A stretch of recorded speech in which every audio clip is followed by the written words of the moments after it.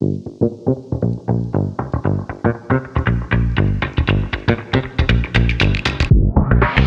everybody. Welcome to another edition of TEF Rewind. Sean Woodland and Tommy Marquez, joined by, I don't think you get any more OG than Chris Spealler.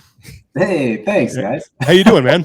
I'm well. How are you guys? We're doing great. Thanks so much for agreeing to do this. So we're going to go take a look back at the 2010 final event, which was the first time that you guys were ever put in seclusion, because they did that again in 2014. Yeah. So take us back to 2010 and just leading up to the CrossFit Games and where you were in your life and fitness and your competitive career and what it was like getting to the CrossFit Games. I know it's like 9 questions, but just sort of set the stage for us. Yeah. Well, it's been a while, so I'll do my best to recollect. But let's see. In 2010, kind of preseason, my wife Sarah was pregnant with Rourke, my son. So that was, she was pregnant with him, and then we had Rourke in February. And so kind of going into, I'm trying to remember, in 2010, I don't think I had to do, no, I did do the qualifier. I think it was in like Flagstaff, Arizona. And so we did this qualifier in Flagstaff, Arizona. It was at like 7,200 feet, you know, like no one could breathe. I think that was 2010. Maybe that was 2009. I think it's 2010. But I do remember teaching seminars a bunch at that time. And it was probably one of the first times where, as I had been to the games in 7, 8, 9, I really felt like good going into 2010. And some people at the seminar were like, hey, who do you think's going to win the games? And I was trying to stay humble, and it's like naming Miko's got a shot. We were kind of rattling through names. Like, what about you? And I was like, well, yeah, I do feel good. And I remember going into it kind of feeling like this is going to sound weird. But I sort of felt like as the weekend continued and I saw the workouts rolling out and the way that they were programmed and the way that they were stacked up, I remember feeling like if I didn't win the games that year, that my chance of winning the games in the future would be much less. Because I felt like the workouts were all coupled with really complementary movements, so it wasn't like a barbell and an echo bike that you might see these days, which can still be a great workout. But if it was a heavy barbell, it would have, like I think there were ring handstand push-ups and 205-pound cleans. There was like triple Helen, right? So these long duration workouts. There was the one where it was a 315-pound deadlift, but then you had pistols and double unders. And at the time, no one could do double unders except for me. So I just remember feeling like it was coupled really well. And it was a different world, man. Stop me when you want, but I do remember going into it, and it is the first year at the tennis stadium. It was the first year going into it. And I remember walking in, it was the StubHub Center at the time, and the crowd was so small. But I remember walking in and kind of feeling this, like we were on the brink of something big. Yeah. It wasn't there yet, but having it go to the tennis stadium and shift from the ranch to there, it definitely felt like you were sort of on this forefront of something that was about to launch off, and still not knowing what it would be. And that was almost, not necessarily intended, but they printed shirts and they gave them out at L1s that said 2010 Aromas. And, there were some permitting issues and, some issues with the county. And, they pivoted and went to StubHub Center. And that year, the first event, speaking to, your comment about the complementary movements, the first event was on the Friday night, which is a big deal. And it was Amanda. And it was, everyone's like, oh man, 135, full snatches for reps. So like, well, that's kind of heavy. And then you paired it with the muscle ups. And that was, if it were any indication of like success, you come out and you win that event in pretty dramatic fashion. And it kind of set the tone. I feel like that almost backs up your point. Yeah. And that was, there's too many memorable moments in the careers that we've had in mine. But that was just a really special one to be there. And I remember being in the back, and at the time, the athlete area was where all the trucks would drive in and out. And so it was like filled with fumes and gas. So all these athletes now that complain they don't have the nicest reclining chair, like, go hang out with the gators pulling out in and out. I had to breathe carbon monoxide. Yeah, exactly. But I remember watching guys warm up. I remember watching Matt Chan warm up with 135, and I remember watching him like cycle squat snatches and thinking, I can't do that. That's not even in the realm. And some people were like, who do you think is going to win? And I was like, I don't know, but it's not going to be me, And it was just one of those things where I remember walking out on the floor, again, really small crowd, but it's the first Friday Night Lights at the tennis stadium. And still to this day, I'm biased, but I still think that is hands down the coolest venue, the coolest time as the sun's going down and you get that really cool sunset peeking in the stadium. And then it gets to dark and the lights are on. It's just so cool. The best, hands down, best venue. So I mentioned that you guys were secluded going into this final. Yeah. What was that like for you being down there with, and we're going to show it here in a second, but the crew that was around you? I mean, you had Graham Holberg, you had Rich Froning, you had Miko Salo, you had Asa Malialo, you were there. I mean, what was it like in the bowels of at the time, Home Depot Center, getting ready for that? Mainly hot. Yeah. I remember it being extremely hot. And I remember Annie Thorisdottir warming up, and she was doing like handstand holds, to warm up or something like that. And all of us like what's happening here? Who is this? But it was sort of, I would say, almost not eerie in a bad way, but it was sort of an eerie feeling because you had this really crowded room and it just kept shrinking and shrinking and shrinking. So you get these joking conversations like you would still see even years later at the games where all of us are kind of joking around. But then 4 or 5 go out and you have no idea what they're doing, but you can sort of hear some things, but not very well. And so it gets more quiet. And then as it goes, each heat, which is still, it was long. The heats were long. Yeah. It was just kind of got more and more eerie and kind of got more serious and more quiet and more skeptical of what was to come. And yeah, it went from joking to what are we getting ourselves into? All right, let me call this up here so we can do this and bring up the 2010 one here. And for anyone that wasn't around then or doesn't remember, like, I think the first event that had happened that morning, nobody knew what the field was going to look like before then, because, and I was actually a part of this because I volunteered with Rogue that year. We spent all night building everything. I'm going to hit play just in case there's an ad here. There's not. All right, here we go. Announce their names.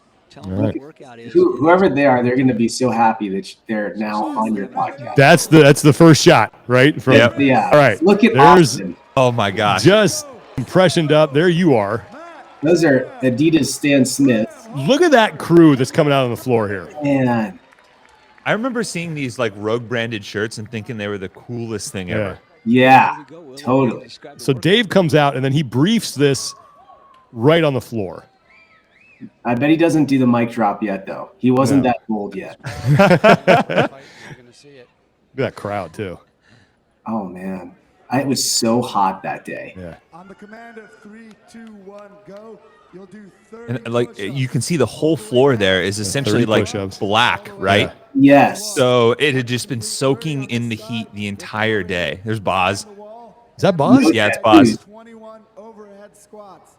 Come back here, climb back over. That's one round. Oh man. The workout's 3 rounds. Yeah. And so you're hearing this for the first time. Are you coming up with strategy? Are you trying to figure out like, all right, how am I going to do this? So what's funny is that's Then Lisa. he starts you right there. 3, 2, 1, go. And you're like, all right. Yeah. So I had no idea. So that's Lisa Ray wearing her cowboy hat, And so Lisa was my judge.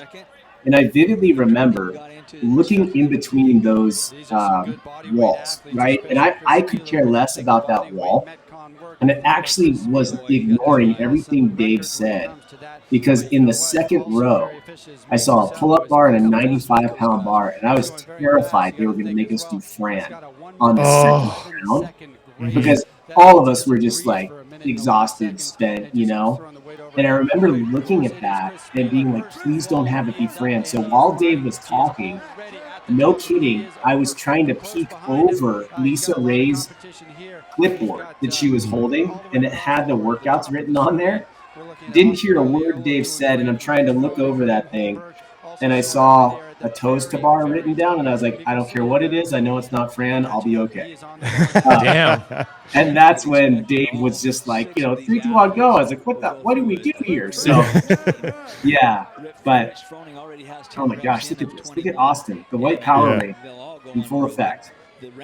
I mean, head to toe, I think it was Body Science was his compression of choice back then. So this is the year before Reebok came on board and we actually had a quote unquote CrossFit shoe.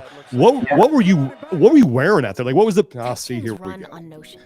Yeah. Imagine one place where you can find the product team's documentation. Skip. I was wearing Adidas Stan Smiths. They were like these great sort of all around shoe. They have more cushion than a Chuck Taylor. So you could still kind of run in them, but they have zero tread to them. So when it came to the rope climb at the very end, not a good choice on the rope climb. But yeah, Adidas Stan Smiths, you can still go. Look at those things. I still have them in my closet. Yeah. Wow. Those should be in an exhibit someplace. I actually have one hanging up in the front of my gym. Nice. Yeah, in a shadow box. How hot was that floor? It was so hot. Like, I can't describe to you guys not just the floor being hot, but just the heat in general. Yeah. And I don't want to exaggerate this, but I feel like somewhere they said because the floor was black and because of just the heat that day, I feel like I remember hearing someone say that it was like in the 110s on the floor at the end of the day. Oh, absolutely. Yeah, I remember there were discussions around that because we got done building and it was almost morning time. I'm trying to remember exactly when all of the build got done. And then a bunch of people just went to go sleep on the floor of the Rogue box. And then by the time we had woken up and the first event went down, people were worried about like the heat, like scalding people's hands for the push-ups that were going to come. And I remember trying to find like a little pocket of shade, seeing if I could find any little section of shade, but out on that floor. And you're right there at the bottom. There was no shade. So it was, what was it? 30 push-ups? Yep. Yeah. And then over the wall, and then 21 overhead squats. Yeah. 3 rounds. And I feel like this was your sweet spot back in the day, right? Like obviously bodyweight stuff you enjoyed, but some of like the classic CrossFit loadings, the 95 pounds for the thruster, the overhead squat, the Nancy's, the Frans, that kind of stuff I think was always where we got those like Spealler superhuman type feats where you would hold on and go unbroken and it kind of built the lore of you as an athlete. Yeah, I agree. Earlier on when loading was much lighter than nowadays, I kind of had a knack for those things for the most part. Was able to manage it. And I think all the time wrestling had served me well with those time domains and mental toughness and all those things. It just kind of bled into this. A wrestling match in college is 7 minutes, and this workout has a 7-minute cap. So you see, wow, that was aggressive. Matt Chan. Yeah. Chan. I'm just looking at the way this floor is laid out and what they had. Like, if you tried to do this you got no pads under there, I mean, there would be a riot from the athletes. They'd be like, there is no way I'm going out there. I almost swear Froning fell out of the sky on the last one. I remember seeing him rocket from the top and hit basically fall from the top of the rig onto the floor. Oh yeah. Well, you got a great shot of that. We're gonna see that later. Yeah.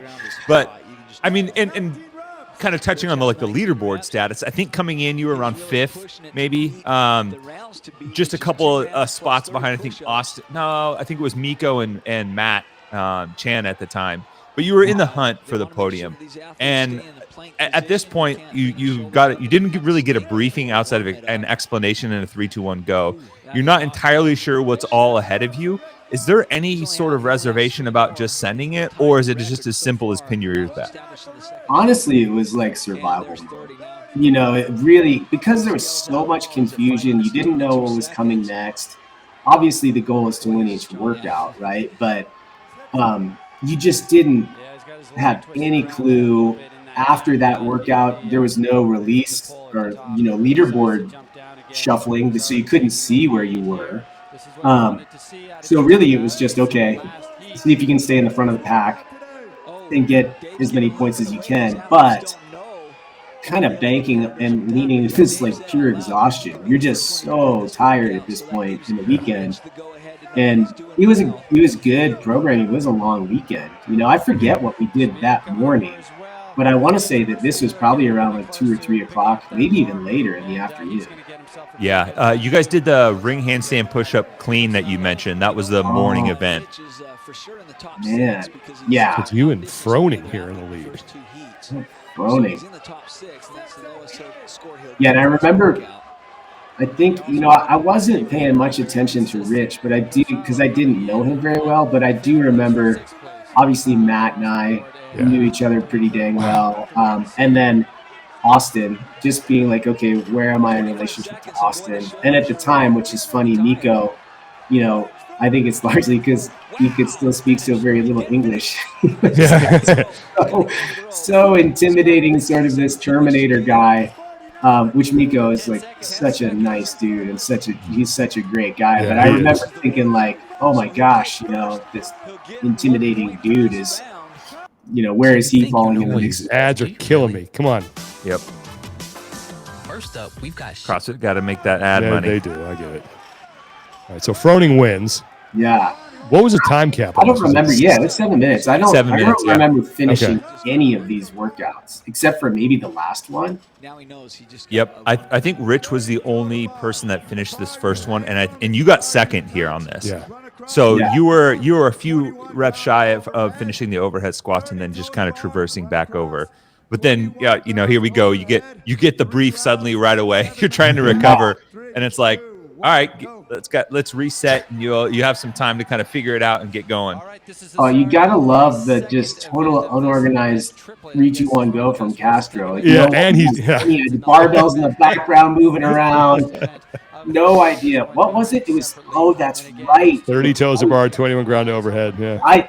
I'll tell you what, I was pretty certain I was not finishing this one. When he rattled that off, I was like, what? I just thought to myself, okay, just get as far as you can. Don't stop moving. Because I'm trying to remember when we did like SQT and things like that, when they first got released. But even at the time, a 95-pound snatch, which is what we were all kind of gaming for, it was still not light. I wouldn't call it at that time. It was kind of this moderate weight barbell. So at 63 reps at that, it was like, oh yeah. And I remember my hands. Yeah, no one's wearing grips. Like that's the other thing back then. We talked to Josh Bridges about this in 2016 when he did Murph. Like he wasn't wearing grips, but there's like, I don't know, is Rich wearing grips? Rich has them. Yeah, he's got some. Yeah. But even still, like you look at the rest of the programming that you guys had done that weekend: muscle up, squat, snatch, pyramid double Helen. The clean ring handstand push-up you just did, basically like miniature rope climbs on that. There was a ton of grip work in a short amount of time because all of this happened just from Friday night to Sunday midday. That young man. Yeah. And I remember I had taped my hands. Oh, look at that. Singles from the go, fellas. Feeling it. Oh my God. Just repping out some power snatches. Now, you switched there though. You did a single. Was that just like a heat check or like I don't want to deal with the bounce? Stop being a pansy, Chris. And then seeing Austin, right? So it's like I remember starting the clean and jerk, but I can see Austin now. And so now I kind of rudder adjust, maybe a snatch is faster. And I forget if I went back and forth between snatches and clean and jerks. But like I said, at this point, it was like full survival mode. But I had torn my hands so bad on triple Helen. And one of the reasons why is on the first round, remember how they had the kettlebells all lined up? Yep. No, there was no lane. It was just when you came around, you just grabbed any kettlebell you want. So I came around the corner and I thought to myself, well, I'll grab the first kettlebell because it's the closest I can get it done. But that kettlebell, I don't think it had been touched or used, no chalk on it, nothing. It had been just roasting in the sun. And I think I did my 63 in 2 sets. And my hands between that and the pull-ups, I mean, my palms are shredded from that point. And so I remember they were obliterated. And that was day 2. Yeah, that was the opening of day 2. Yeah. Look at Chan. No tattoos on Chan either. Oh, man. Oh, man. What is he, like, covered. He's probably, 35 at this point? Yeah, right? He's got his DSP on, too. That guy is just a badass, man. He's a especially monster. even now, yeah. Yeah. Man, I still remember. Yeah. What? This is round 1. Yeah. We're not even 30 and 21, is that? Yeah. 30 and 21. And we're halfway through the time cap, right? I would love to see them redo this. 7 minutes. Yeah. Same weight and everything. Just redo the whole thing. Oh my gosh. Straight up. Crush it. Yeah. Look, I'm in last now. Almost. That's all right. We're going back to the pull-up bar. That's where you do some damage. Well, they're like, no, you owe me one more. Thanks, Lisa. Lisa Ray. She did my first L1 too. Yeah. Check out Graham. Looks like he's got some Sauconys on. Yeah. Miko got the tucked in shirt. Yeah, buddy. He still would rock that. And I love it. He's just full dad mode there. Yeah, he'll roll out in the Invitational in a couple weeks with his shirt tucked in. That's, you know what? That's going to be it's so cool getting to, not to jump ahead to the Invitational, but we're recording this before that, but it's just so great to see this crew still out there throwing down, Yeah. And still really fit too. That's the scary thing. Trying. Oh, Curtis Bowler. Bowler. Man, some of the judges in here too. Yeah, I don't know what the strategy was here. It was probably like, get as far ahead as you can on the toaster bar. Because at this point, you're not getting back for a third round. There's no way. With 2 minutes left and, the toaster bar and then another 21 ground overhead. That's what I love to watch is like wherever you are in your CrossFit journey, like Rich Froning, one of the greatest of all time, you can see that, now obviously very tired, but his toaster bar look like a lot of ours do sometimes when we're tired. So it's just nice. Hey, look at this guy who's won the game. Oh, the double swing. Yep. Yep. That's my jam right there. And that's the old school, like dirty South bar, I think they called it. Yeah. You could have 2 different heights.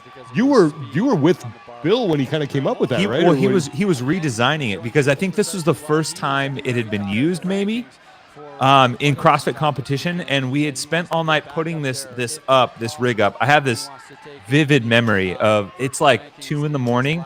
and I'm sitting on top of the rig with a driver in my hand, and I look over and John Brown is sitting on the rig across from me.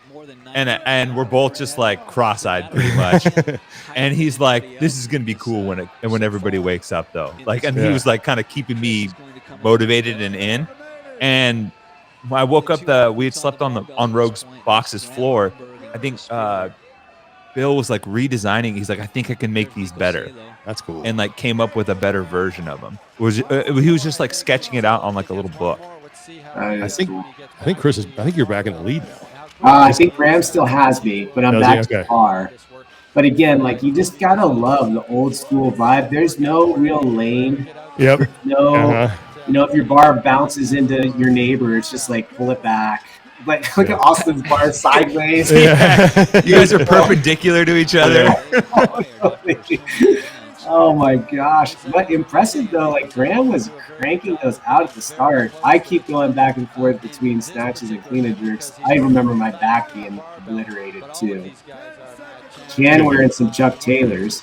We gotta get Matt on for one of these. Yeah, everybody and that's the thing, this is before uniforms. Yeah. This is before finely tuned equipment and gear and everything. It was almost like this hodgepodge of like what works for you.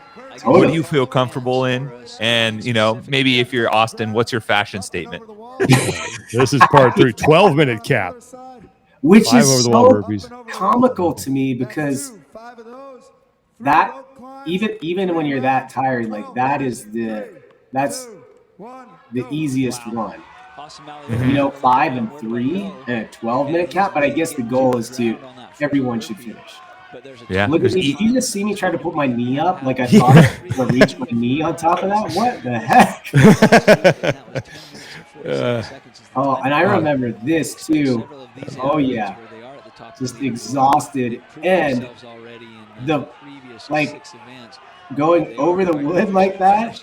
Oh, man. Rubbing your belly raw. And Yep. then you'll see when I go on the rope, I was wrapping the rope around my leg because I hadn't figured out how to do like the J hook or whatever they call it. And so I would get to the top and I'd slide down. And I got the biggest rope burn on my inner thigh. It was brutal. I got in the shower that night. Oh my gosh. Were you reminded of it? I instantaneously reminded when the water hit my inner thigh that I had made poor choices. Oh man. And this is this is what most people remember these games for, is The scaffolding. Yep. Yeah. And No crash pad. None. And I feel like that's higher than 20 feet. Like, I don't know. That looks high. It was pretty tall. I remember just thinking like, weird, because they had a separate crew putting up the scaffolding. Obviously, I think there were some regulations around it. Weird. Is that 20 feet? Like, I just make them go up to the top. Yeah, like, totally. Okay. And I remember climbing the rope, and vividly, you know, the people in the background. I love how small the crowd is, you know. Yeah. But I remember vividly climbing up the rope, and you would like literally see these people eye to eye. Yeah. And because it was so small, you could hear them, you know, yelling specific things and stuff. Mm-hmm. And I remember just every climb being like, okay, you know, I guess Gotcha. we'll go see the crowd again. Guys, you just look over your eye to eye with some dude having a hoagie. Yes. And was there even a rule where I don't think there was, where you had to have a controlled lowering? Nope. Look at Rich, legless. I love it. I forgot about that. Oh man. Didn't know how to use his legs yet. That's crazy. And everyone in the back we're scrambling, trying to figure out like what the point spread is and how is it going to work out. Were they still doing like points by finish? So lowest score it was points per placement, and I want to say Graham and Rich had flip-flopped maybe the lead on each one of these events. This is where he goes, I think. He goes a lot higher than that. Oh, and you see it, you go, how did he not break both ankles? Oh my gosh. Yeah, Graham's nipping at his heels. But I mean, this is kind of the setup for your moment, man. I mean, it's the last workout of the weekend. You know, you're at the end of the mat. You've done 2 already. You're in the hunt for the podium. And, you know, if we're giving a little extra setup here, you know, the last few years, or at least the 3 seasons leading up to it, there were almost moments where you could taste the podium and it was right there for you. 2007, you're 4th. You were tied for first before the total, obviously. 2008, we know what happened with the every second counts and you had the lead.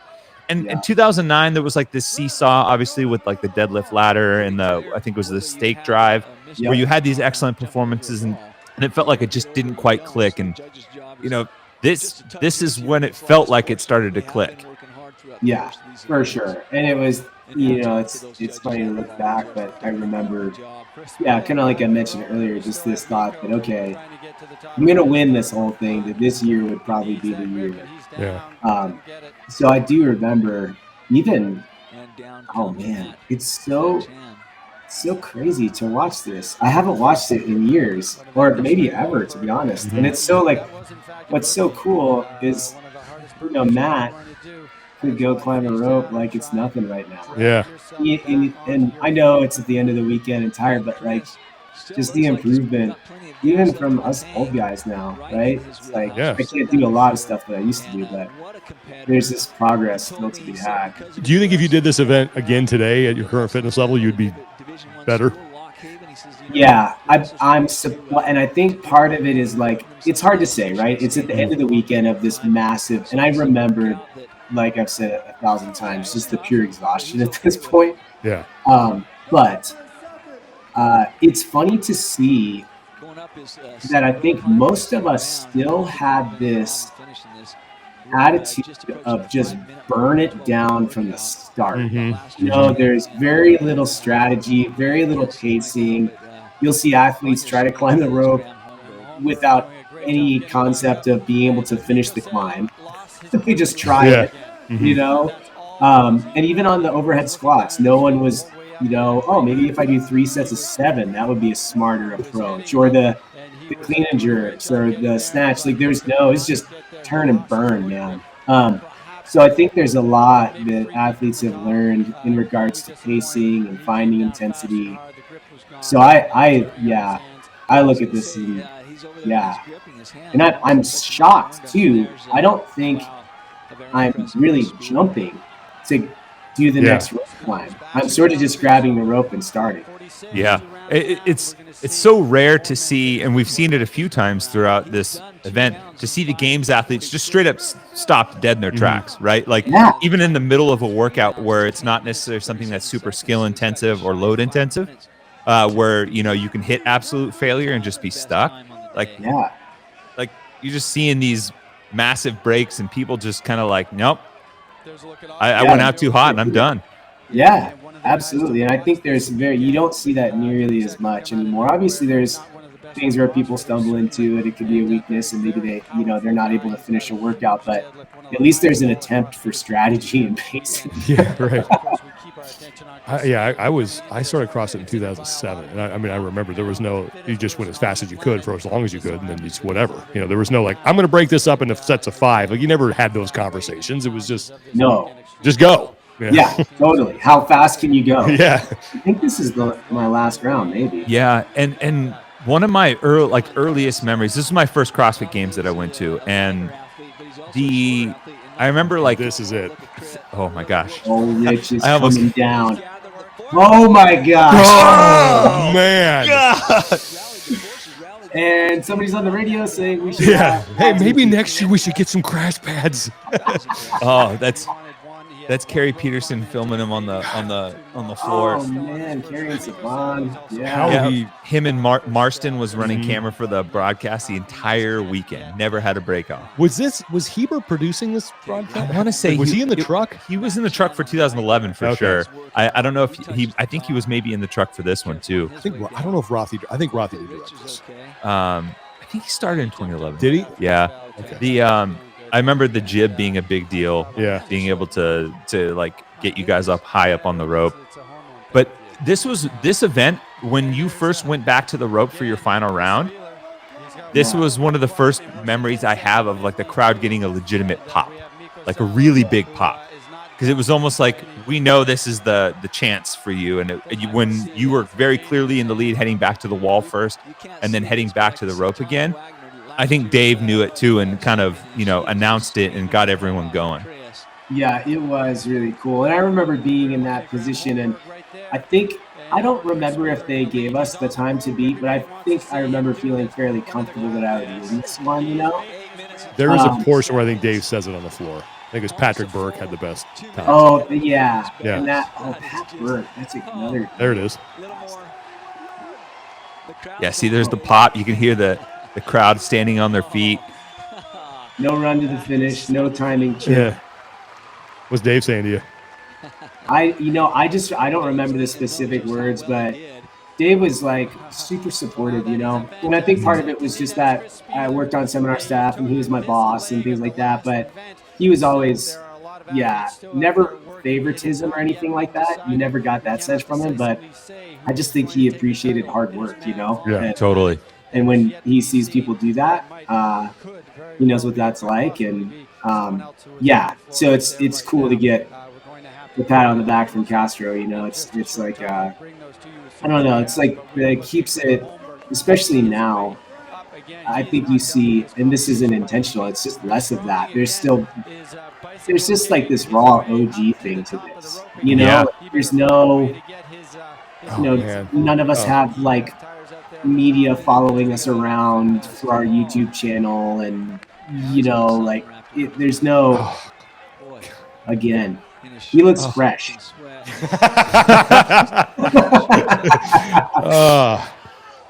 But yeah, it's just a really, it was such a cool thing to be a part of, you know? So many people, I wonder how many people that are in the CrossFit community now have ever even seen this. I would say a high percentage for sure. What, have seen the whole event? This whole event, yeah. Like watched it. Yeah. Watched it. You think most people have seen this? I don't think so. I think people are more familiar with Rich falling off the rope, and that, like, Graham never got, in my book, enough credit for this. Like, he won, you know. It was always, the story was always, oh, Rich couldn't climb the rope. No, Graham won. He won. And Graham was sort of just like this lingering presence, you know. I feel like this year in particular, I don't think I had any workout. I think the shoulder to overhead after the Triple Helen was like a pretty poor performance for me. But outside of that, I don't remember anything being like really low. But I do remember, I think this was kind of the first of the, you know, you see a guy like Graham just sort of lingering in that top 5.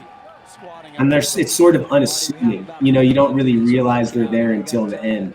Yeah.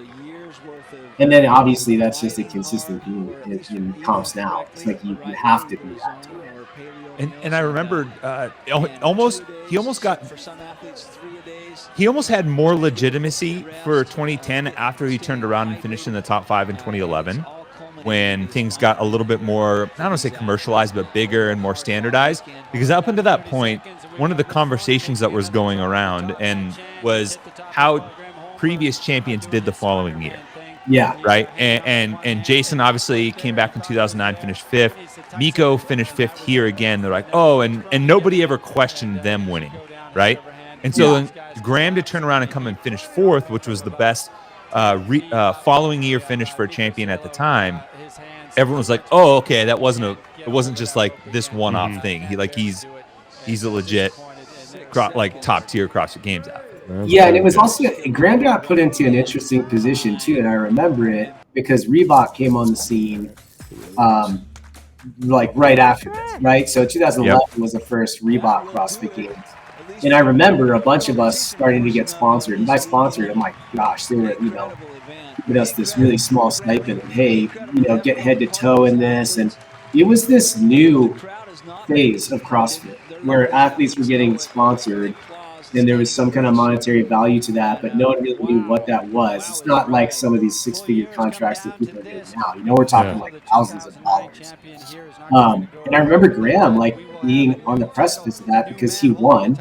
He was the champ, and Reebok going to him. And I actually felt bad for him because I think he got put in a tough spot of he's the first person to have to handle that. And not just that, but you have Reebok coming onto the scene of this really grassroots underground thing and kind of pushing their big agenda in. And then he had to kind of navigate that on his own. Like, do I wear the Zig shoe or do I, you know, like none of it, like CrossFit.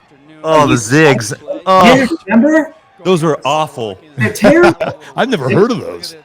So I remember seeing, you know, being around those days. I felt bad for Graham because I just think he got put into a tough spot there. Yeah. That no one knew how to handle. Yeah. And you know, he's obviously trying to provide and build a family and grow his family and, you know, do all the things that you hope to do as a professional athlete. But yeah, that's crazy. And yeah, because I think the prize purse was primarily provided this year by Progenics and Under Armour. Yeah, I got a $500 gift card from Under Armour for winning 3rd place. Oh my god! Yeah, so everybody out there that's, you know, maybe whining about a prize purse, I'll swap you. Yeah, Tanya Wagner, I was talking to her. I think she got like I don't know, it was a cash, I think maybe $500, and she got to keep her hammer. And she's like, I bought a refrigerator. We were so happy. Yeah, it was like getting a birthday card from your coworkers at the office. Like, hey, we all pitched in here. We got you something. And everybody, you know, like all the athletes, you're paying your own way, staying in these like random hotels. There's no CrossFit Games hotel, and none of that stuff. You're just like hodgepodging it together, getting your rental car, driving around Southern California, no idea what to do. Look at how small it is. Oh my gosh. And a year, and like basically a year later, it would almost be packed. Yeah. Yeah, that was the first year I went in 2011. Mm-hmm. And I think the first event I watched was the rope clean event where like everyone was trying to watch Rich. Yes. And he up and down, no problem. Yep. You know, that was really cool. I remember that being the big discussion the next year. Oh, has he learned how to climb a rope? And I remember Dave talking in the back, Rich learned how to climb a rope. And then great memories though, man. Yeah. And so that performance, you win that last rope climb burpee over the wall, and that puts you on the podium. You finally make the individual podium at the CrossFit Games. I mean, what was that moment like for you once you realized it had happened, and maybe something you'd been chasing and just missed out on finally came to fruition? It just felt like everything was coming together because at the time I was running an affiliate. I was working for CrossFit seminar staff, 42 weekends out of the year, helping write courses, competing. So it felt like I was so immersed in CrossFit. And I remember the next day just feeling really content. I remember thinking to myself, it's one of the few times that I put in a bunch of work, and even though I didn't win and I was disappointed, and I do feel like that next day, even at that afternoon, I had this feeling like, well, I didn't win, and it's really unlikely that I'm going to win again. Not because of my ability, but I think I knew that this thing was going somewhere, and it was only going to be harder for an athlete like myself to keep up. It's just not when you're 5'5" with your shoes on and 145 pounds, it's not a good recipe to win the CrossFit Games, But I do remember just that contentment and going to the beach the next day with Sarah and Rourke. And at the time he was 6 months old, and just that, so relaxed, so content. And then it was also really cool that I got the Spirit of the Games that year as well. Mm-hmm. And so to have that all kind of come together just felt like I was in the right place where I needed to be. It was a really, really, content feeling. I had this was like I said, it was a year prior to when I wanted to go to as a fan that year. I wasn't able to. And then 2011 was sort of my first exposure to the CrossFit Games. But I knew about you. And that's when I got into CrossFit, you had kind of already been established as one of the stars. I have my own theories about this, but I'd love to get your answer. Why do you think like people identified so much with you? I would say largely it's because I would be more relatable. A lot of the things that I did when I was competing were probably things that most people are like, well, that's not normal. If that guy is smaller and he's able to, clean 275 and deadlift 405 for reps, and if he's able to perform at a high level, I think I kind of bridged the gap a little bit between the guys they saw out there that they just couldn't relate to at all because they just seemed like a freak. And I think maybe people looked at me and were like, well, maybe if he can do it, I can do it. And I always kind of felt like that. And it was just a little bit of the underdog too. Yeah. I think I played that role a lot. And I really am grateful for that. I'm really grateful for being in that position and that role and having had that experience because it made me realize further down the road as I kind of got closer toward the end of competing. There are seasons as athletes, right, where you kind of go into it, at least when in my era, and maybe it's just me, where I didn't want to let anybody down because I felt like the community was so behind me. And I would be disappointed, not just in myself, but, oh gosh, like I didn't do that. And, what's the reflection on the community? And I started to realize that further down the road, especially 2014, I don't think people really cared how I did. Yeah. They just enjoyed seeing the effort. And for that to click, especially the last year I was there, it just felt like really, really great, kind of full circle, all about the community, hard work, effort. Yeah. Yeah.